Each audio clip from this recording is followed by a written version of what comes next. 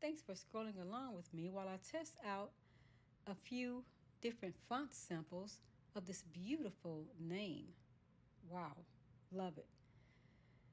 I am trying to see which fonts might be nice to embroider with this name and which colors might be nice in a font that I choose.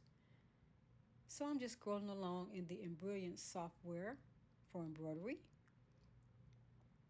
When I find something I actually like, I'm going to do a test stitch just to check how it would stitch out and how the color I choose would look on a sample piece of fabric. There's a bunch of fancy fonts, and then there are some cute little girl fonts, baby fonts, kid fonts. The choices are actually endless.